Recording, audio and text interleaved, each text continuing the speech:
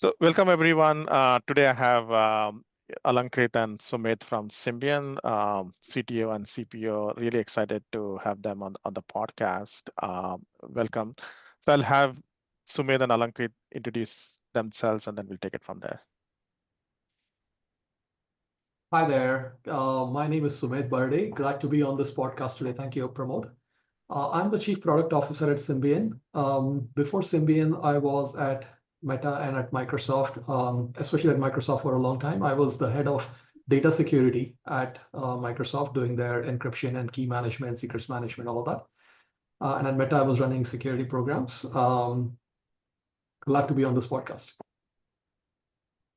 Hi, Pramod. Hi, everyone. I'm Alankrit. I'm the co-founder and CTO of Simbian.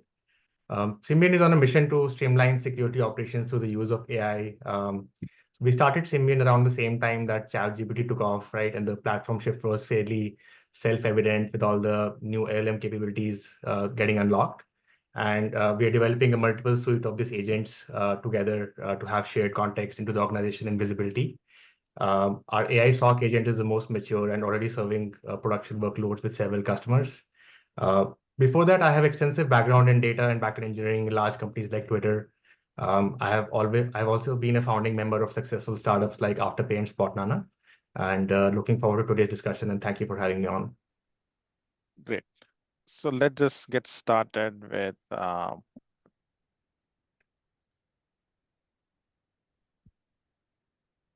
the telemetry pipeline.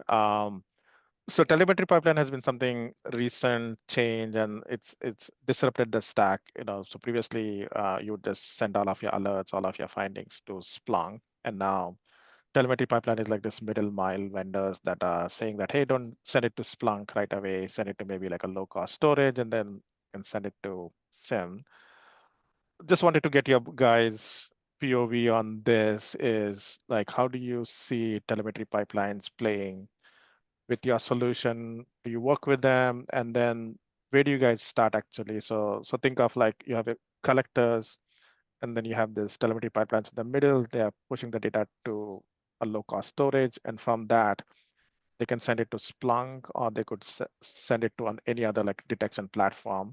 So where do you guys play? And do you see yourself like moving more upstream, like closer to the source, or like stay downstream?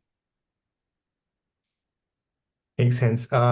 So from our perspective, we are a completely federated architecture. So we work with whatever the current setup that any organization has that we integrate with, right?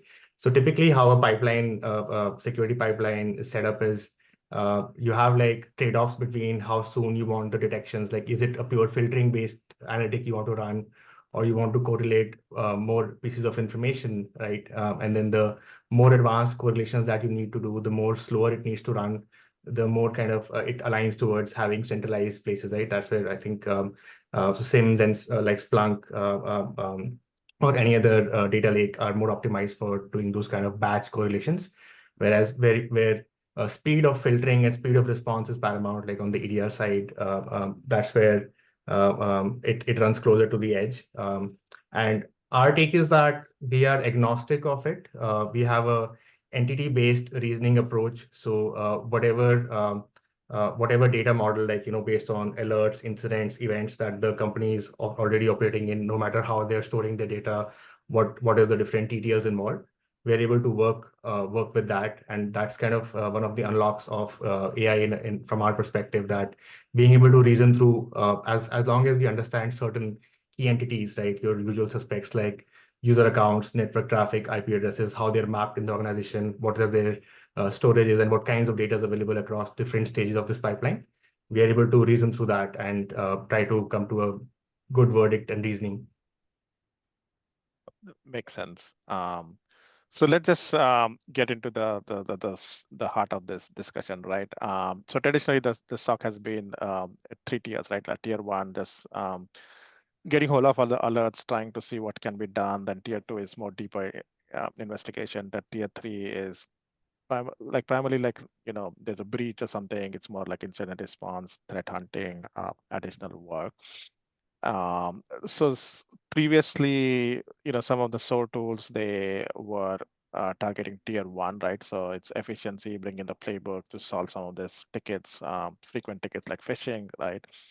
And then tier two, I feel like XDRs were tier two, tier three to some extent, like XDRs were um, targeting them more from a like a small data approach, like instead of having a big data approach of starting with a SIM, they were starting with from an endpoint or a network, right? And you see companies like CrowdStrike and SentinelOne doing quite well with their XDR, right? So as you guys started thinking of the company and you look at this, would love to get your point of view where you think like AI can make the most dent, and then vis-a-vis like how do you see AI differentiating with some of the existing vendors like XDRs? I can take that. So Pramod, I think with this tier one, tier two, tier three model, anytime people throw that, there's really two angles to that. So the some of it continues in this new world, some of that does not. So one angle to it is the fact that, look, in any solution, you can think about just memory as an example. You have L1 to L1 cache, L2 cache, your RAM, your disk, your cold storage. Same with any system, you are always going to have, when you're dealing with lots and lots of data, in this case, lots and lots of events or alerts, you're going to have a quick set of checks to just make sure that anything that doesn't need to go further, throw that out. And then throw the more expensive checks, and then throw the more expensive set of things, and so on. So that concept that any system that is designed to scale has to have a graded way of how it processes things is true everywhere, continues going forward. Even in an AI world, we are going to have to do that. Now, there was a different angle to tier one, tier two, tier three. People actually translated that into the way people hired, saying, I'm going to hire a tier one person, a tier two person, or a tier three person, or I'm going to hire a tier one solution, something that plays in the tier one space, like what you discussed and so on. And we think that that part goes away. So as one example, when I was back at Microsoft, as an example, when we were building some of these detection and response pipelines for our internal stuff, we had access to the whole thing. And so many times we would mix and go back and forth across these, do some of the basic enrichment, take quick response, which you would consider, hey, that's a response, so that should be tier two. But if we find something that is interesting, then sometimes immediately kick off an investigation, go back. And so we could mix pretty smartly, pull in data from anywhere. And so that being able to go back and forth across these things is an important characteristic if you can afford to do it. In the past, because of skills, you could only hire an L1 and they could only do an L1. They could not go back and forth between L2 jobs. That is why this became a rigid system. We are dismantling that. So as we think about an AI SOC and we think about how to build an alert processing pipeline for with AI, we're saying we don't have to subscribe to this. Now, largely, AI is used actually in different ways across all of these things, but we actually go back and forth. So there's a lot of what we do that is tier one. There is some parts of what we do that you would consider, like, so for instance, just enrichment, correlating, quick triage and dismissal of alerts. We do that with AI. We also do tier two, as in, okay, for the things that we have identified as passing the triage bar, let's go do deeper investigation into blast radius. If we cannot have a, like, if we cannot do a quick check, let's go look at more sources to identify, is this really a true impactful alert or not? And same thing, we also have a threat hunting agent on the side of our SOC that you would consider a typical tier three job, where you're going off the typical playbook path, going into your entire environment. So yeah, I think as we go forward, it is important to demolish this rigid tier one, tier two, tier three, and make sure that you optimize the execution path and go back and forth as needed, while keeping in mind that the order in which you execute, obviously, you want to throw the cheap checks first, then the more expensive checks, and then the more expensive checks after that, just for performance and scale. Makes sense. So maybe let's just dig into it, right? So I think just going with this. So let's just say you get an alert, like a brand new alert from a system, whether it's another security system or from a from a user, how do you guys approach, like, how do you resolve that ticket? And feel free to like go between you and Alankrit to get into the details. Yeah, I can take a first stab and then Sumit can supplement as needed.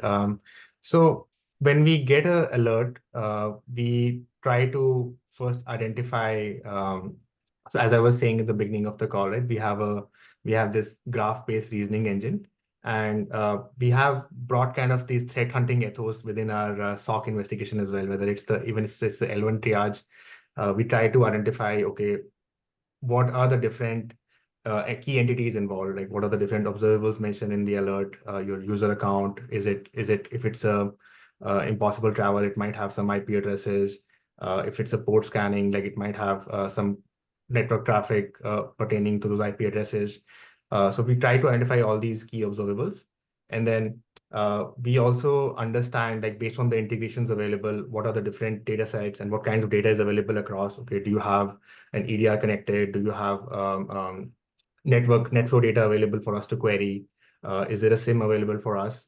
And we try to form a picture of, okay, based on these entities, what are the things that are related, right? Okay, were there any process trees created?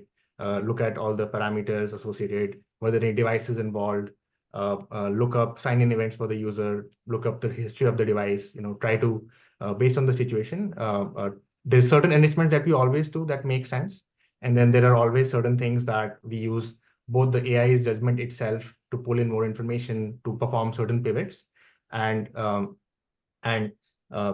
to kind of tie in the previous slide, so the way the L1 L2 distinction happens is, you can always kind of keep doing more of this, but to arrive to maintain the SLA of a typical L1 investigation, you want to finish this within, let's say, 15 to 30 minutes. So we give our investigation a budget that, okay, you're allowed to do these many pivots, these many queries, these many enrichments, and then we creatively present this information to the LM to see if we can provide a thorough reasoning. Okay, why was this case a true positive? What should be the your response actions here, and things like that. So that's kind of high level how it operates. Um, the system, uh, with some basic data modeling around entities, works on day zero. So you can pretty much connect up your SIM and start streaming alerts, and it'll start performing defensible investigations with good reasoning. Um, but there are always organization specific things, right? So there might be, let's say you just have particular IDs in there, like a pen test. There might be a particular way to identify a pen test going on, and you want to kind of teach the AI that thing, or you just have a very noisy detection and you have a quick way to filter it that, okay, if this particular phishing email was handled in abnormal, just mark it as false positive, like no need to investigate. So those things go into our context lake, where you can kind of teach the AI that you see how it's doing out of the box, and then you can add specific instructions around, okay, for this particular situation, you can do this, or mark it as always true positive whenever you encounter this device ID. So those are things that you can use to supplement the knowledge of the system. So are you, so is the product more like a co-pilot where you have an analyst and you're helping the analyst see through, do a lot of analysis using LLMs? Is that how you guys approach it? It's mostly designed to be autonomous. So Okay. it works. It has its own reasoning engine. So it's completely agentic. It has a built-in hierarchical system of agents who kind of collaborate with each other and kind of exchange information, talk to tools, apply labels to that data, and come to a conclusion on its own.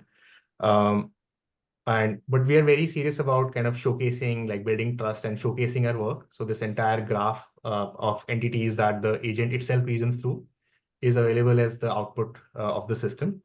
So and so there's definitely analysts who can come in and review the output, right? It's a great space to learn as well, or like even you can manually kind of click on an entity and then perform a pivot, right? Okay, maybe the thing pivoted from network traffic into process tree, but you wanted to go into user account. So you can perform that pivot right there. And if it discovers more interesting artifacts, you can tell the AI system that, okay, I want you to perform this particular kind of pivot for this kind of alert always. and use that in your judgment. So it's meant to be mostly autonomous, but with a support for teaching and kind of continuing the investigation on your own as well.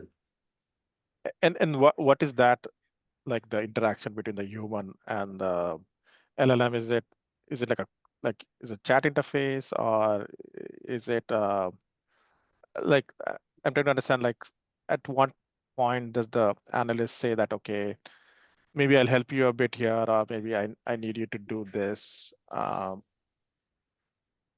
Maybe I can take that. So, Pramod, I think the mental model to keep in mind is today, when a SOC thinks of stuffing, hey, I have detection sources already in the environment and I need to process them.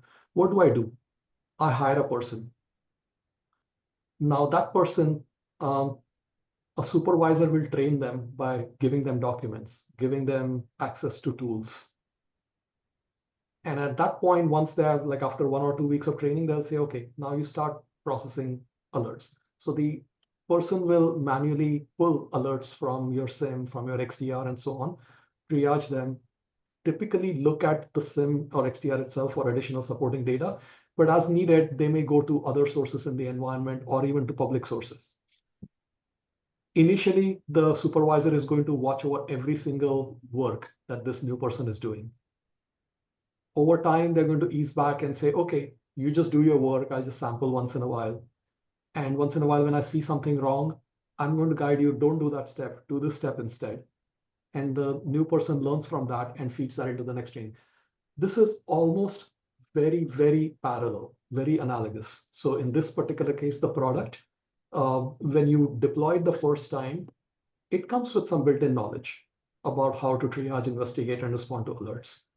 It won't know your organization-specific knowledge. So the act of deployment, that is the first interaction between humans and this product. The humans will give it documents saying, here are some English language playbooks that I already have. Here are some structured SOAR playbooks that I already have.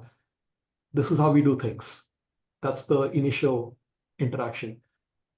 Once Makes you give it sense. access to its tools, to your tools, the product will, what we call the Simbian SOC agent, will read alerts from your tools and autonomously start processing, investigating them, even taking action on them if you permit it to. And you, as the supervisor, are periodically just checking in on it, saying, do I agree with your decision? If I don't, then let me go change that part of your investigation sequence.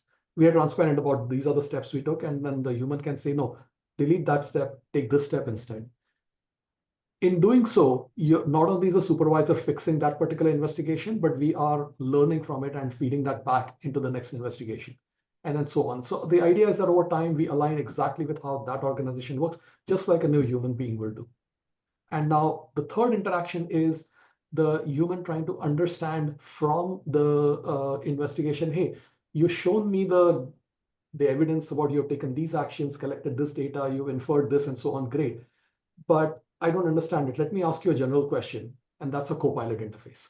So there is multiple levels of interaction between the human and the product. The initial one, the tweaking the investigation, and then there's a co-pilot. Makes sense. And just quickly sort of touching on the POC, right? So when you go to a customer, um, what kind of success metrics are you looking for? Like what does success at a POC level looks like? Because it looks like there's some learning needs to be done. I mean, there's some recipes you said it's out of the box, but it's like, how do you actually convince a customer to start using this on a regular basis? So usually with most customers, there is already a burning need for something. Some customers have just purchased new tools, a new detection system, and they have no expertise in it. That's one. There are some customers that have the expertise, but they just don't have enough analysts to process. So whether sometimes it's about scale, and sometimes it's about adding net new knowledge. You can think of both as just scale, but one is scale and volume, one is scale and knowledge. So when we do a POC, we agree upfront about why are you even considering this, something like this? Like what is the pain that you're trying to solve? We together formulate the success criteria, and then we actually work with them to train them on how to use it. and then get them to calibrate. Like you usually a product like this requires some amount of calibration with the way things are done in your organization. So we work with the customer to make sure that over a few weeks time frame, we get you to success on your success criteria, whatever they are. And they're usually, like I said, about scaling in volume or scaling in knowledge. Um, and at that point, we turn the product over, saying, okay, now you are trained, the product is calibrated to your needs. You can continue from that point onwards. Got it. Makes sense. So let me get Alankrit involved a bit. Going at the LLM layer like level, what are your views on off-the-shelf LLMs? You mentioned some of using customers' knowledge base and data, right? So how do you guys approach it? Like, do you see a need of building your own model? Do you think like a RAG is enough? And then if you're using mostly off the shelf, like are there some LLMs that work better than others? Yeah, good question. So I mean, the entire generative AI space is about context management, right? So the LLM, as things stand today, they have fairly good reasoning capabilities, and and paired with agentic systems, right? Those chains of reasoning can sustain 15-30 minutes, right? So that's where I think L1 specifically is a very a good area to target, because even humans are doing that work in 15 to 30 minutes. So your LLM AI reasoning also needs to span only that much. And the current kind of state of the art LLMs from the likes of Anthropic, OpenAI, they are in a good enough place where if you present the data right, they're able to reason through it. Now, now it's all about kind of packing that prompt with the right reasoning tokens, right? You can ask, you can rely on the LM itself to see that, that's the baseline, that okay, does the LM itself, you can ask it to kind of do chain of thought, and think that there's simple tricks that you can do to see how its default reasoning tokens are. In some domains where there's a lot of internet data available, those reasonings are pretty good. But for security operations, we have found that um, there's need to kind of supplement that reasoning through RAG. So both kind of improving its judgment on how to label specific pieces of security evidence, right? Okay, if you're seeing a particular IP address have a malicious score, and you're seeing certain kind of scanning activity, what do these things together mean, right? So this kinds of it might create a plausible thing, but there might be specific knowledge you might want to impart, like inserted tokens at that point.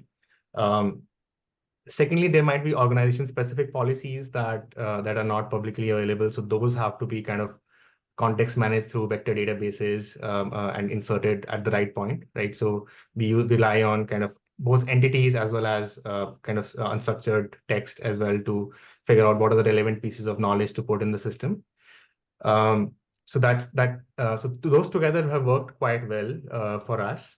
Um, Not to your question of whether this is going to be enough or you need proprietary models, right?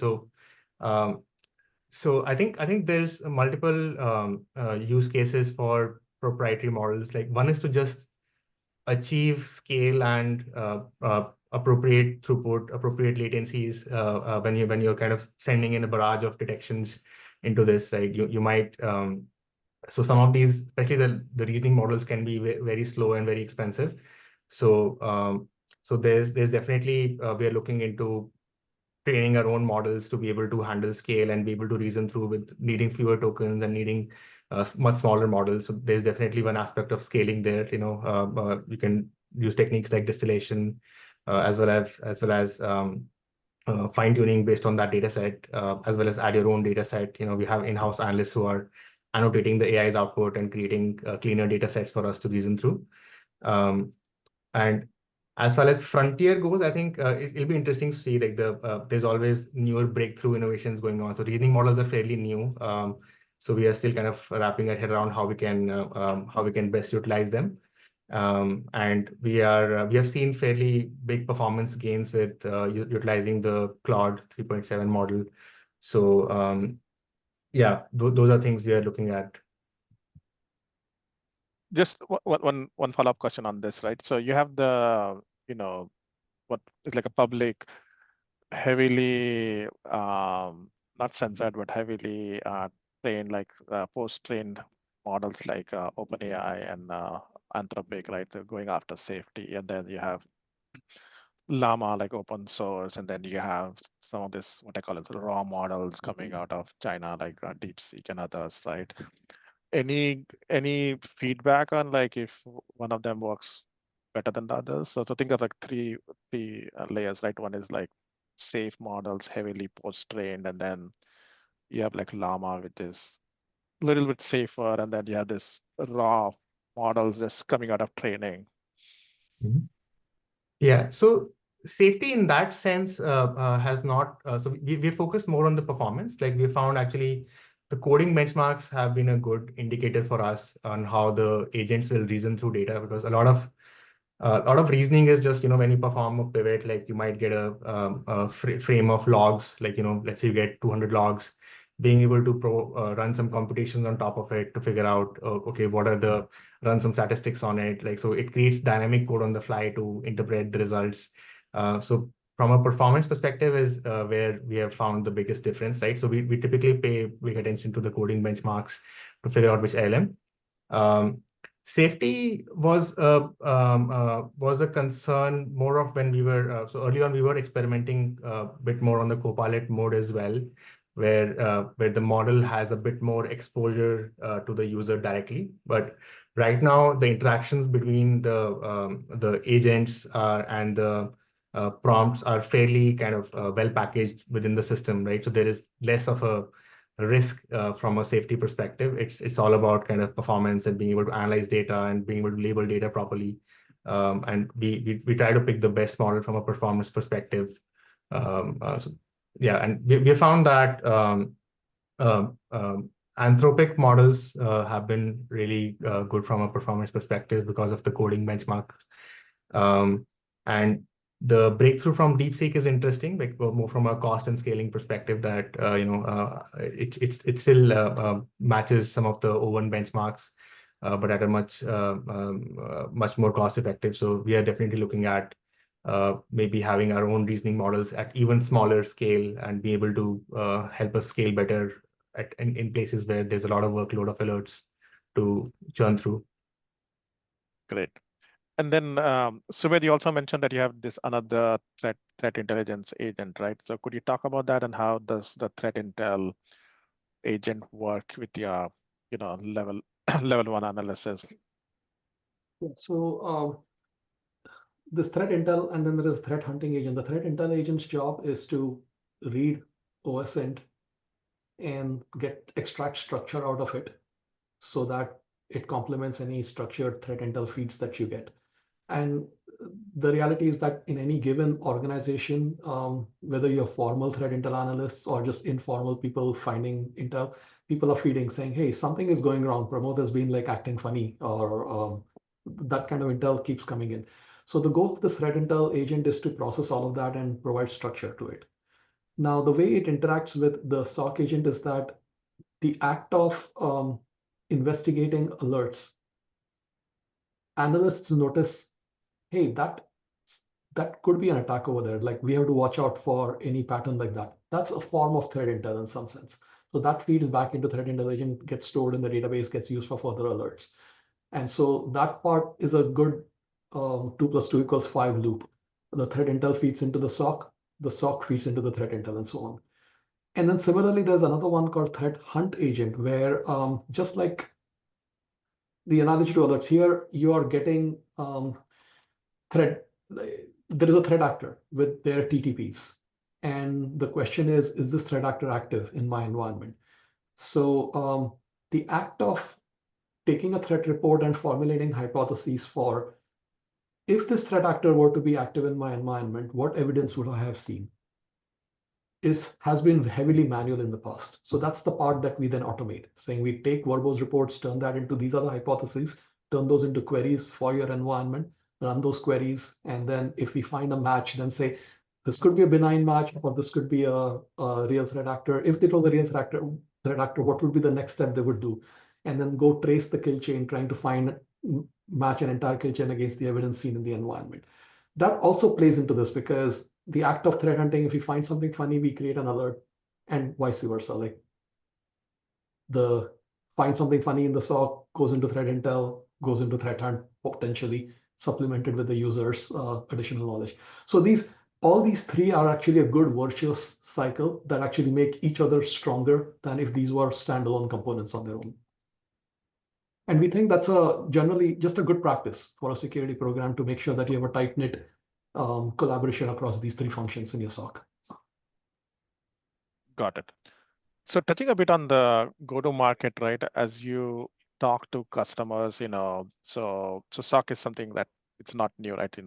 People have some tools. How are they using your system? Like, are they saying that, hey, let me just try with some of my alerts, and as I get more and more comfortable, I start analyzing more from it? And then is there any interaction with your tools with some of the existing tools like SOAR, XDR, or does this end up becoming like a standalone system on its own with no interactions with the existing stack?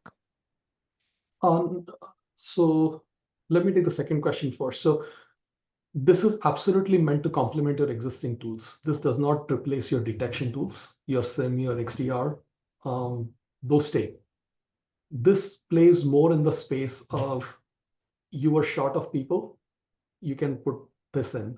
And same with SOAR. What was SOAR? It was supposed to automate what people were doing, and this can take a lot of that as well.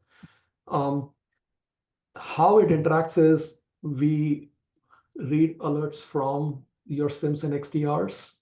We also use the logs in your SIMs and XDRs as well as everything else in your environment as supporting data to support the investigation.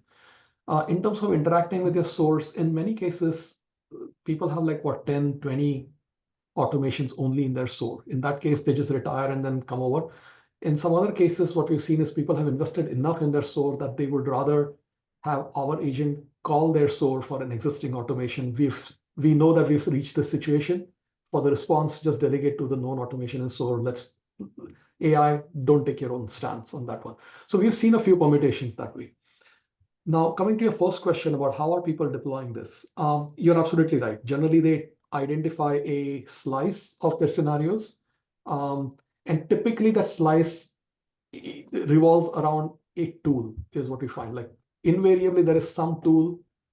Sometimes it's Sentinel, sometimes it's QRadar, sometimes it's CrowdStrike. Like there's some tool around which our customers have a pain. Now that pain sometimes is I don't have enough people. Sometimes it's about I just don't have knowledge of it. I don't have automations written around it or something like that, where they say, okay, instead of me investing something else, how about you take a crack at that? And we've generally done really well on that one. And then they take that and then they start expanding out to others.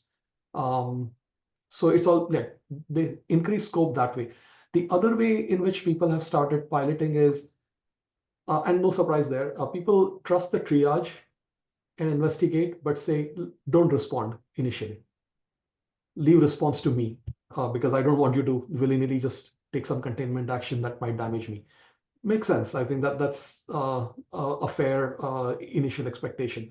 And as they see our triage and investigation quality quite good, then they ramp it up to say, okay, take a response, but we have this configuration called take a response, but wait for approval for me. They flip to that. And then finally, once they see that this is working well, then they bump it up for some cases to say, okay, automate it. So they can configure on a granular level which actions to fully automate versus which actions to not automate at all, to which ones do it, but ask for an approval for me. So to use that.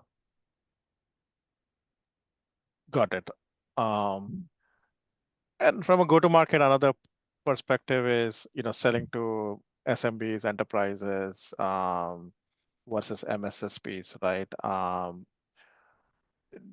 How are you like approaching, and what do you think? Like MSSPs, they have like smaller clients, they were just putting humans first, and like for them, this could be like a big efficiency game. They're also seeing multiple similar tickets across their customers, so some of the automation can be a lot more useful for them versus enterprises. They might or might not see the same tickets again. So any feedback like from your conversations with those two different segments? So what we're finding is that MSSPs huge excitement about the space. MSSPs and MDRs both. For them, this is a business enabler. If they have a staff of like 200 analysts today, and they can take X number of clients, now they can take 5X as clients because they can just throw AI agents at the mix. So huge excitement for them. They see this as a cost of getting new business. And some of the largest MSSPs across the world are our partners at this point. Happy to report that. As far as direct end clients are concerned, what we find is that the larger companies, mid-size and upwards, that have either an in-house SOC team or have an MSSP providing them SOC services, have been a good fit. And where they're typically, the typical fit is where these enterprises have in the previous question, they have a particular pain point that says, while I have SOC services, while I have an in-house SOC team, that area of my SOC, I don't really have coverage around. And then they say, okay, I have to enhance my posture. I want to cover that as well. Let's onboard this. There's a third segment. You mentioned SMBs. We find that very small customers who are not yet mature on their SOC space. They might have one security person, two security people managing everything, and then they somehow hope that AI will magically solve it. Not a good fit. AI, like these AI agents are autonomous. They do a great job, but to tell them how your business works still requires a supervisor to tell, hey, by the way, these are some specific things that we do in your organization. So you have to be willing to invest that much time in it. You don't have to be the one actually triaging and investigating because we do that, but you have to be able to say, let me give you integration access to this particular tool. Let me tell you that here we do this and so on. So you typically have to have some level of maturity in the SOC from that perspective. Got it. And what's your like view on the timeline? Like maybe like couple of years, maybe like 3-4 years, where you see customers getting comfortable like with an AI SOC saying, hey, this is absolutely the thing to go with, and I'm going to use AI help to analyze all of my alerts. Um, just one analogy is like, so 12, 13 years ago, when the whole cloud journey started, and I was there at the beginning of it, what we found was, and this is natural, like people first gravitated to the cloud for new use cases, net new use cases for which they didn't have on-premises IT capacity, on-premises help, and so on. And then they had started migrating. There were some people who actually did migrate existing things in VMs also, but it was seen that way.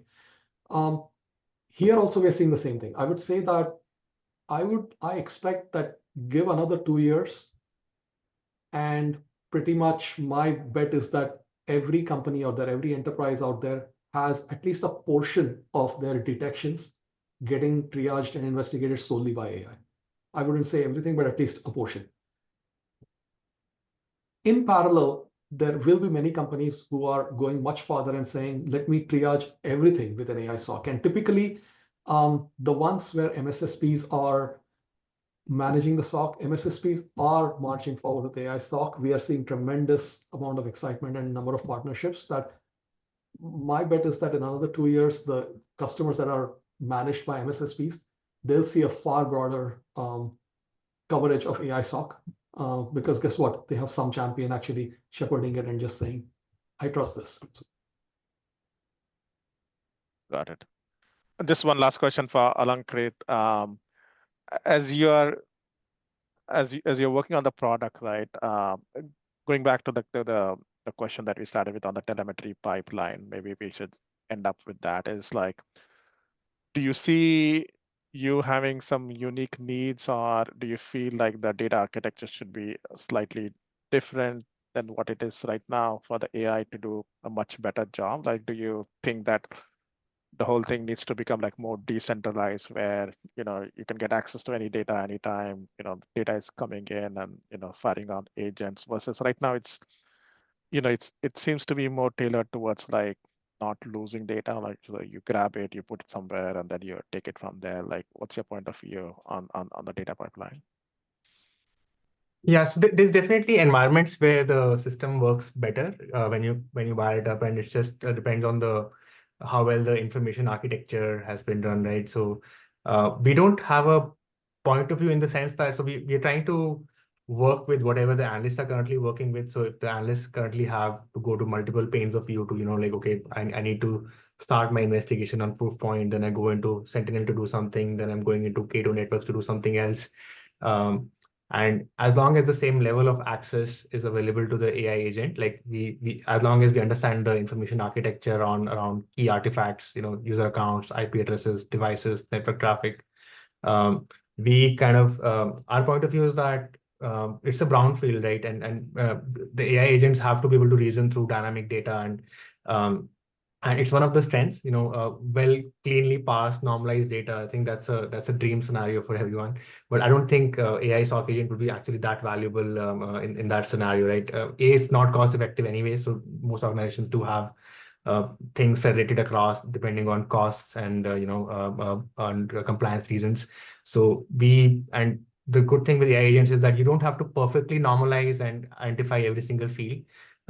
We have seen in a lot of cases that we'll take a JSON and then the AI itself is able to on the fly make sense of it, come to a be able to analyze, in fact, much better than analysts thinking stressed out trying to meet SLAs, right? So this system is able to kind of churn through that data much better. Um, and Yeah, I think we don't have a particular point of view there. Honestly, we think that it is what it is. There's constraints over there, and we're designing our systems to be versatile and be able to support whatever information architectures the organizations are currently happy with. And especially because like these days, many organizations are considering, hey, for my security data stack, let me just conversion what the rest of the company is using. This cannot dictate the data architecture. You have to fit in whatever they are already using also. Got it. Yeah, so we can just wrap it up. Like, just final words from either you or Alankrit is why Symbian is the best solution for AI SOC. Yeah.